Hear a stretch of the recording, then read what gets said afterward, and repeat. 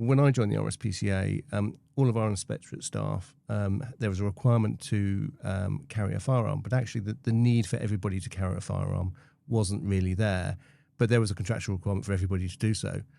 The problem we had then is that, of course, anybody with a mental health issue then has a problem getting a Home Office licence.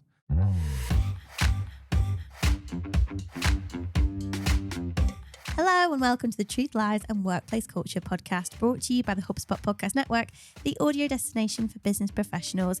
My name is Leanne, I'm a business psychologist. My name is Al, I'm a business owner. And we are here to help you simplify the science of people and create amazing workplace cultures. Yeah, and everyone get the violins out because poor Leanne's not well again. You got a bit of a cold, haven't you, love? I do have a bit of a cold. It's really frustrating. I honestly went about almost 3 years without being ill at all. And then 2023, it's like every couple of months I've got a cold or a sickness bug or something. I'm pretty miserable about it. So apologies if you're watching on YouTube. I'm sorry about this, but this is as good as it's going to get today. Al assures me he's going to do some trickery with colour correction in post. But yeah, there you go. I'm not looking my best. For those on audio, again, I apologise. I probably sound a bit bunged up. And what usually happens is that I get whatever Leanne's got about 4 days later. So tomorrow I'm expecting to wake up feeling pretty rotten. But anyway, we're soldiering on for you, listener. We are. Because we care about you. We love you. We want to come round and make you cake. No, that's a bit weird, isn't it? I mean, we can make you cake if you want a cake. I make a mean lemon drizzle. She does. She does. It is very, very good. Anyway, you didn't come here to listen to us talk about lemon drizzle. Yeah, before we crack on with the episode, I would like to tell you about an awesome campaign that our friends at Perks are kicking off in December. Perks is ran by Stella Smith, who has been on the podcast before. I think she was actually the first person to appear on our Founder series. She was. Great episode. Go and listen to that. We'll leave a link, all that jazz. So yeah, I received a very timely message from Aggie on the Perks team and just thought it was brilliant. So I enthusiastically emailed her back and was like, we're getting involved. And thankfully she was very happy that we did want to get involved. And I'll be honest, Al, it is right up your street too. Nice. Yeah. And also actually very much aligned with this episode, which is on trauma in the workplace. And also the rest of the content we'll be bringing you this month. So yes, Perks, they are on a mission to make help a conversation and create a community that thrives on support. They have a vision of creating a community who proudly signpost themselves as allies, ready and willing to lend a helping hand to those who need it, whether it's someone needing work experience to start a new career or just a neighbour needing an extra hand with the shopping. So we are teaming up with Perks in December to spread the message that asking for help is an absolute power move. Now, you may think that sounds counterintuitive, and you know what? The research agrees. There is recent research in the Journal of Child Development showing that children as young as 7 years old will avoid asking for help in order to not feel or appear incompetent. This feeling of incompetence or maybe embarrassment or shame is often why people don't ask for help even when they need it most. And the funny thing is, on the other side of it, being asked to help gives us a rush of endorphins. It's this help is high that can play a really important role in actually building our own well-being, our own psychological capital, so our sense of hope and optimism and confidence in our abilities and in turn resilience. Helping others really is good for everyone. So stay tuned to all the awesome activities Perks will be promoting in December through the hashtag K2Help, including a series of online webinars, which is quite cool. They'll be doing them throughout December. They'll have topics such as how to do a forecast for beginners, how to handle HR as an SME, and we'll also be resharing our recent webinars on burnout and wellbeing at work. So stay tuned. Thank you, Perks, for asking us to be involved. I think it's a pretty awesome initiative, actually. Yeah, Perks is a fantastic company. We pay for it. We use it. I woke up about 6 months ago with like a really bad neck ache thing, and I didn't know why it appeared. But went on Perks app, some great exercises, followed them. It was right as rain within a couple of days. So it is definitely worth it. And also, just a quick one: if you are looking for a GP appointment in the UK, pay your £6 a month. I think it's £6 a month or something. It's not a lot. Pay that. Top of the queue. Anyway, so back to the subject, which again is tangential. That doesn't sound right.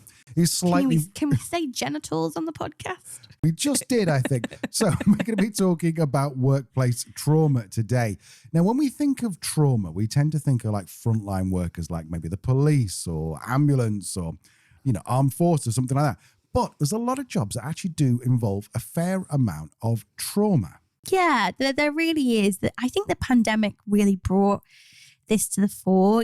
We saw the effect of the pandemic on key workers, on NHS staff, on teachers. But let's not forget that during the pandemic, there were people in supermarkets or delivering packages or emptying your bins who were still putting their health and sometimes their lives on the line to keep the world turning. Thankfully, we seem to be back to some kind of normality in terms of COVID risk, although I know it is still out there and still causing problems. But the pandemic has made us all much more aware that trauma exists in the workplace. Yeah, so today we're going to be talking about three things. We're going to be talking about, first of all, what is workplace trauma? Then we're going to say what are the signs that there might be workplace trauma in your workplace? And then finally, we're looking at a little bit more into how you mitigate the risk of workplace trauma or traumatized employees. And we have, of course, as always, my wife, my co-host. That's me. The most amazing business psychologist in the world. You heard it here first. And she's highly experienced in all of this. And so we'll be asking her for her opinions. She can't help but just butt in at some point to tell us what's going on. But she's going to be explaining everything. But we also invited a couple of guests, Leah. Well, yes, we did. Yes, we did. Before we meet them, I'd like to just go back to our earlier point and make one thing really clear. Workplace trauma is much more common than you might think. If your business has customers, then your employees are operating in an environment where they are at risk of trauma. We don't have the time in this episode to dive into the nuances of trauma, how it's categorized, whether it be severe or otherwise, though it would actually make a pretty interesting episode. So instead for this one, I'd like you to maybe consider we've got trauma with a capital T and trauma with a lowercase t. So if you are a business leader that isn't really sure about how trauma could impact your workplace, I'd like to think about trauma with this in mind, this lowercase t.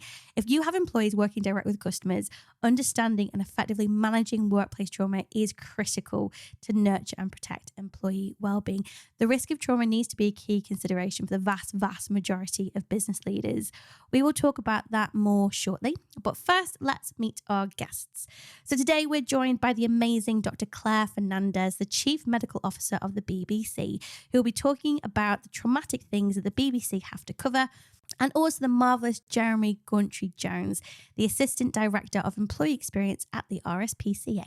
My name's Claire Fernandez, known within the BBC as Dr. Claire, but Claire's absolutely fine. As you've said, I'm the Chief Medical Officer at the BBC. I'm a practicing occupational physician, so medical doctor as well. And so what I do within the BBC is I'm the head of the health team and in charge of strategy, governance and promotion of health and wellbeing within the BBC. My name's Jeremy Gauntry-Jones. I'm the Assistant Director, Employee Experience at the RSPCA. I've been with the RSPCA for 3 years. And what I'm famous for, probably within the RSPCA, is leading our quite flexible hybrid working strategy. So let's start with what constitutes trauma in the workplace. Trauma at work can manifest in various forms, including acute trauma from a single incident, like a workplace accident or violence, chronic trauma from ongoing stressors like harassment or a high-pressured environment, and vicarious trauma from exposure to distressing situations or stories, which is very common in caregiving or law enforcement roles, for example. Causes range from organisational issues like poor management, lack of support, and toxic workplace cultures to specific events like workplace bullying, discrimination, or witnessing traumatic events. It's important to understand that trauma is not only about the events themselves, but also how individuals perceive that trauma and how they are affected by these events. As Leanne said, there's lots of different types of trauma. For example, in 2019, this is a study from the States, I think, workplace violence accounted for 9% of all fatal work injuries. In 2020, there were 392 workplace murders and an amazing 37,000 non-fatal injuries resulting from intentional injury by another person in that workplace. Now, I'm sure we've all seen those videos on TikTok, YouTube, whatever your platform of choice is, where someone kicks off in a McDonald's or whatever. But what about those people who have a job that puts themselves directly in harm's way? The BBC in the UK certainly, but I think around the world, is a trusted source of news. And often the news is pretty upsetting. So it's pretty reasonable to assume that the journalists covering these events are going to experience some kind of workplace trauma. But as Dr. Claire explains, it's not just the journalists who experience this. So when I think of the BBC, I think about, the guy on the telly reading the news, or the girl, or them. And we don't often think about the people, say, that might be editing the footage that they spent 3 years to get on, I don't know, the African ant, black spotted ant. I don't think that's a real thing. Or we don't think about the people that are the producers or the people behind CBeebies or Children in Need. We don't think about my colleagues in Nepal, perhaps, that are bringing in information from that part of the world, who might be the cleaner of the office there. It's a huge spectrum of people. And because we know a good wellbeing strategy is not a one-size-fits-all, this sort of theme is something that I get asked about a lot. And so the first thing I want to say is that what the BBC does is more than just the people running towards to the traumatic situations while everyone else is running away. We are also people making content for online, for example, which was really popular during COVID, to natural history programs where you see our beloved David Attenborough in different places, but also to how those things all run in the background. So all the tech behind it, all the people administration. So whilst the journalists tend to be the employees that people focus on when they're talking to me the most, there's a whole heap of other people that are just as important that are behind the camera, the hidden talent, if you like. But going back to your question, so how do we support our employees that are facing trauma? So it's actually quite a large question, because going back to what I said about how many people and whom we have within the BBC, we have people facing primary trauma, so actually being involved in the traumatic events, for example, our staff, sadly, in regions of conflict, for example, or natural disaster. But we then have journalists that are going towards the places that people are pulling away from. But then we also have our teams back within different countries within the UK that are editing that footage, that are making those programs, that are archiving that footage, that are, human resources, for example, that are listening to the stories of our employees when they come back if there's challenges. There's lots of different people that are involved in that traumatic experience. So that's where Dr. Claire comes in. And I just wanted to be clear. What is the difference between what Claire does and what, say, a GP does? So I asked exactly that question. So a doctor is somebody that diagnoses and treats people or patients.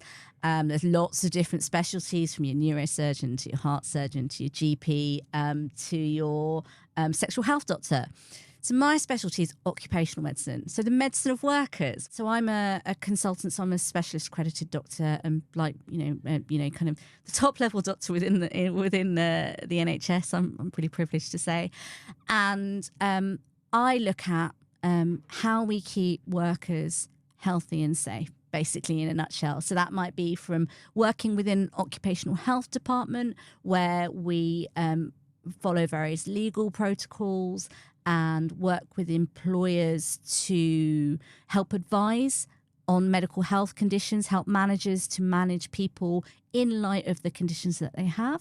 But I do it in a non-clinical way within the BBC. So I do not see patients within the BBC. I work to use my medical knowledge to help the organisation to decide how they manage health and well-being. Regular listeners will know that we are huge dog lovers here at Truth and Lies. In fact, Peanut, our little rescue Podenco, is sitting next to us while we record. He sometimes causes trouble, but usually he's actually pretty good. The RSPCA is an organisation in the UK that protects animals and prevents cruelty, but this means that inspectors there have to see some pretty awful things. Jeremy is in charge of employee experience at the RSPCA, and he explained that the job can be tough. One of the challenges we have is that a lot of our staff are frontline. They're working out and about in animal centres, in our inspectorate, and it's about identifying areas that we can support them in their well-being. They do very stressful jobs, see some really not very nice stuff sometimes around animals. And of course, people that are passionate about animals, when you're seeing animals that are being neglected, can be really hard. So supporting them is really important. Looking at ways that we can provide flexibility around them in terms of future roster designs and how they work is important as well. But one of the things we've done recently is we've introduced TRIM, trauma resource management, which actually supports people who come across traumatic events in their workplace, and it helps them talk about those issues with a peer and prevents a spiraling decline in their mental health. Now, Jeremy just used a term TRIM that I'd never heard of. This is the first time I'd heard of it. So I asked him to explain a little bit more about what TRIM was and what it does. We didn't design it. It's something that exists in the emergency services and was in the military as well. And we've taken that idea and brought it into the organisation, and it's really popular and working well. It is aimed around people witnessing traumatic events. So, I mean, depending, so there are lots of different jobs that potentially could apply to. So yes, I mean, we would encourage any employer who has staff that could witness such events to actually look into TRIM. Yeah, TRIM, or trauma risk management, it's a really interesting framework, and it's basically a way to help staff when they've been through something really tough or traumatic at work. The idea is that after a disturbing event, people might struggle with their mental health, maybe even develop a serious condition like PTSD. TRIM is what organisations like the police use to try and reduce those risks. The programme was created in the Armed Forces by Captain Pete Roberts and Major Norman Jones, and it specifically talks about survivors, not victims. One interesting thing about TRIM is that it recognises that everyone reacts differently to stress. So while the programme is there to help, it also puts some responsibility on the individual to speak up and ask for help if they need it, especially if they're feeling stressed. So basically, it's a support system for people who've seen or experienced something pretty unpleasant at work. Unsurprisingly, the BBC also uses TRIM. It's not just me. I have a team of health and mental health experts. We work with employees, teams, managers, HR to try and reduce those impacts. So, for example, to allow people to look after themselves when they're working in these environments, shift length, support, check-in days. And then we also have a network of peer support, which is called TRIM, which it's one of a number of other support networks. Other support networks are available. So TRIM, our practitioners, my colleagues, are there to help triage people that have symptoms and signpost them to the right places and provide that health promotion to keep people well. So those who are suffering get signposted to people like myself, to clinicians, to psychologists, to get the support that they need. But also then that health promotion again around keeping yourself healthy, keeping yourself well, things to do for those that don't need that support, that are struggling. Because even if you don't have, and that sounds quite trite, doesn't it? Even if you don't have the mental health problems that come with facing trauma, it's still a horrible thing to do. It's not a walk in the park. It's not unicorns and rainbows. So that in a nutshell is how we do trauma within the BBC. So it's all about normalising that not feeling okay really is okay. We can't reduce the exposure. Those things are happening. We as the audience need to be seeing those things that we can learn and understand. So what we do is we try and prepare people well to start off with. So information, education and training on how to look after yourself, recognising those negative impacts that can occur, reducing the stigma of putting your hand up and saying, I'm not okay. Because of course, everybody, it's a competitive environment. Everybody wants to get their next story.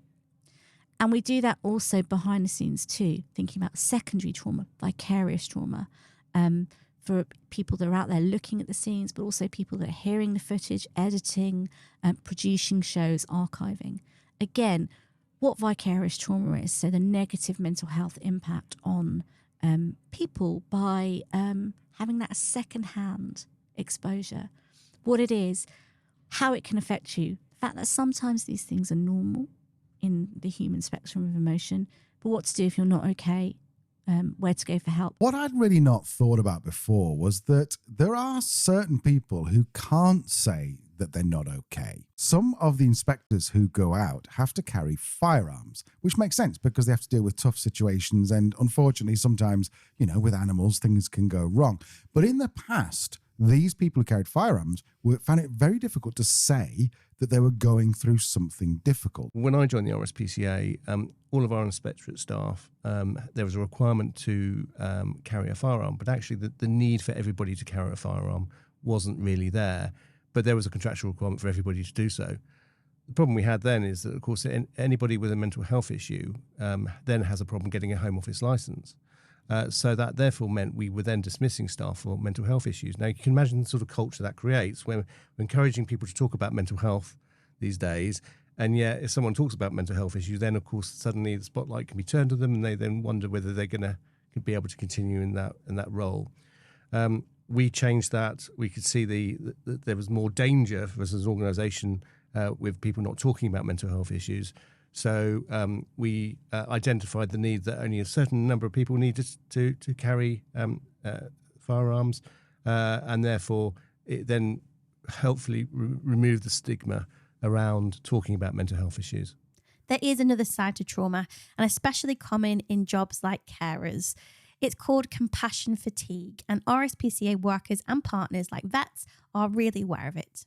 I mean, TRIM, as I talked about, helps people with traumatic events, but one of the other things we've identified is compassion fatigue. People who are constantly looking after animals, animals that are really distressed and maybe putting them down, it can be really hard on a person's psyche, and compassion fatigue is an area which is not a lot has been known about until the last few years, and actually we're learning from other colleagues in the veterinary profession around that, about how we can support our staff. So we do recognise, for example, that the veterinary profession has the highest suicide rate in the UK, and we're keen to ensure that we learn from what other organisations are doing around that, and we're looking at what we can do around compassion fatigue for our staff. If you've listened to the podcast before, you've probably heard us talk about the Samaritans, which is an organisation in the UK which is designed to listen to people who are in distress or despair. So it's anonymously, you can ring up and you can basically say that whatever you like, you can talk about death, suicidal feelings, or just if you've had a really rotten day. Now, what's interesting is that when we were there, we discovered, or we saw, that there are certain people who found it very difficult to leave things at work, who just took home all the things they'd heard. Now, what the Samaritans are really good at is something called, which I call dog fooding, is something I think is a term where you eat your own dog food. The idea is that you basically use your own system. So each volunteer has someone in the Samaritans that they can talk to, basically, like they can have a Samaritan's call. Yeah, it was a really great structure. So we'd also have shift supervisors who would check in at the end of every shift and see if there had been a traumatic call. And if there had been, if you had a call with somebody whose life was pretty terrible and perhaps you've listened to them for 30, 40 minutes, and in many cases just talking about it has made the caller feel a little bit better. But that story is still in the Samaritan's head. So after each shift, if a volunteer did have a pretty traumatic experience, then another Samaritan would call them up and encourage them to talk about it. We call them the Samaritan Sam. In most cases, that would help massively. Of course, we couldn't discuss the specifics or reveal identifying information, but it did mean we were much less likely to keep it in our heads, or worse, talk about it to somebody outside of Samaritans. Confidentiality is the golden rule. And that's how it worked at Samaritans, a pretty good system and one that I definitely benefited from. Yeah, and as part of the Samaritans, I volunteered to work in the prisons, the jail, if you're from the States. And you might think that would be like one of the most traumatic places that you could work. But actually, it was kind of not, because in the prisons in the UK, there's usually volunteers themselves who are like Samaritans in the prison. They call them listeners. And it's really interesting because what will happen is then you've got volunteers within the prison who will be a Samaritan to someone. And as you know, suicide rates and self-harm rates in prisons are massively high. And so they would talk to people, but then they don't have anyone to talk to back. This idea of dog fooding where you go up the chain and you kind of like pass the story on to someone else. So that was our job. So as Samaritan volunteers, we'd go into the prison, and 99% of the time we'd be talking to the listeners and they'd be telling us the stories that they'd heard to kind of get them off their chest. So there's this idea of kind of diluting this trauma, in that if someone in the prison, for example, has gone through something really traumatic and listened to a really traumatic story from an inmate, a co-inmate, then they have that in their head. But then when they talk to us, who are one step removed from it, that trauma is much more diluted when it comes to us. But the person who's heard the original story has had the chance to talk about it. And that's probably a really good way to approach these things. So if you do have someone in your workplace who is experiencing some trauma, just having someone sit there and listen to them, and just using the Samaritan's technique of going, how did that feel? And did you get angry?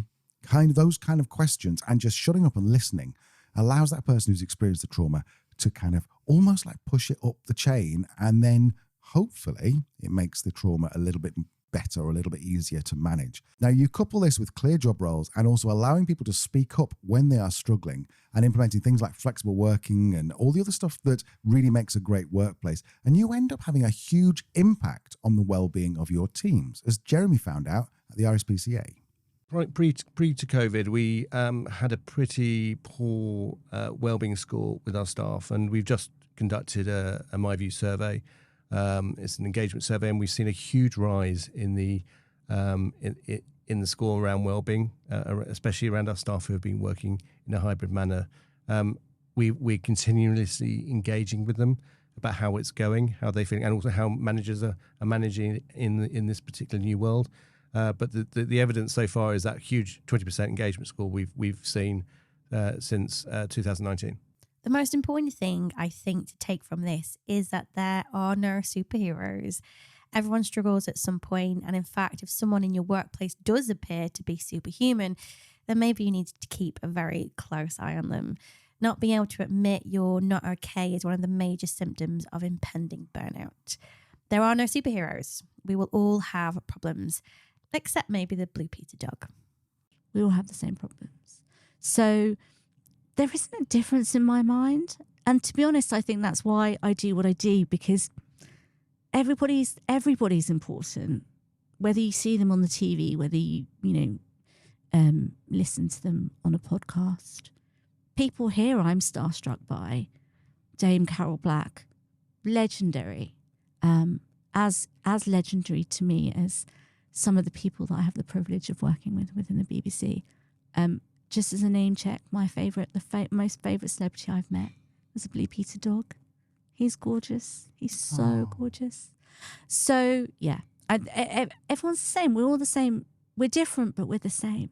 So there you go. Hopefully we've covered workplace trauma. We have explained what it is, how it manifests, and then the ways in which you can potentially sort of mitigate it and potentially deal with it. I would encourage you to think about your people, and I would encourage you to think, are they okay? And if they're not, can they put their hand up and say, I'm not okay? And this is where I think as well, it's really important that leaders think about the hidden trauma. If your job is to collect overdue invoices or deal with customer complaints, then that can be traumatic. And in fact, this is a significant area of research in psychological and behavioural science. To give you a very brief overview, emotional labour. It's a term used to describe the process where employees have to manage and sometimes manipulate their emotional expressions as part of their job. Customer service is a perfect example of this. So customer service officers are often required to display specific emotions like cheerfulness or empathy, regardless of how they're genuinely feeling. So this act of portraying emotions that might not align with their true feelings leads to what's called emotional dissonance. And it's this gap. It's a gap between felt and displayed emotions that can be really taxing. Why does this matter? Well, consistently having to suppress or alter genuine emotions for work can significantly have an impact on employees' mental health. It's linked to increased stress, burnout, even physical health issues. And this emotional dissonance can also create a sense of inauthenticity and personal conflict, and that directly affects job satisfaction and overall well-being. It's not all doom and gloom though. Coping strategies like deep acting, where employees try to align their genuine emotions with those that they need to display, can help. And also organizational support is key, as we've heard. Workplaces that recognise these challenges and provide a supportive environment, proper training, mental health resources, and regular breaks can mitigate these negative effects. So for those in customer service, it's not just about handling the customer's needs, but also navigating their own emotional landscape in a way that's healthy and sustainable. And there are so many other examples of job roles where the same can happen. Understanding the nuances of emotional labour and dissonance is really vital for employee wellbeing and performance. As Dr. Claire just said, it's not just people at the front line who experience trauma. Every job has a potential to be traumatic, and TRIM is all about how you react to it. Everyone is different, but we're all the same underneath. So there we have it. That's a wrap on another episode. Next week, we've got, I teased it last week, and we've got the amazing Chris Savage. Such a business crush on this guy. He is so incredible. He started a company called Wistia. Yes, you've probably heard of it. Yes, that Wistia. Him and his co-founders continue to build this amazing workplace culture. And you can see it all over Twitter. You can see it all over YouTube. And as you can imagine, it's documented perfectly in video. And I'm guessing the video is hosted on Wistia itself, which is the best place to host your video. I'm not being paid to say that. Anyway, so that's what's coming next week. Leah, do you have anything else to add before we say goodbye? No, not really, apart from be sure to follow us on LinkedIn, on Instagram, on the TikTok, on Twitter, for all the updates, for videos of our guests, interviews. If you're not watching the podcast on YouTube, then it might be a nice way to dip your toe into the video format. And of course, go and follow Perks and hear more about the campaign they're running in December. It really is. I hope we've underlined this at this point in the episode. Asking for help really is a power move. We will see you next week.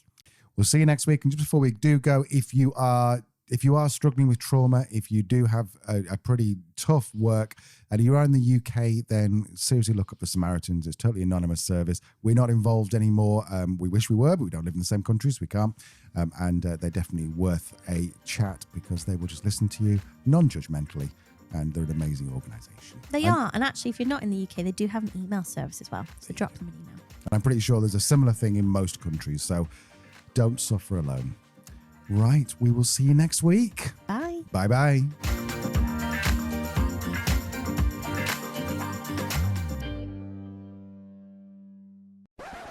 Unsurprisingly, TRIM is also used by the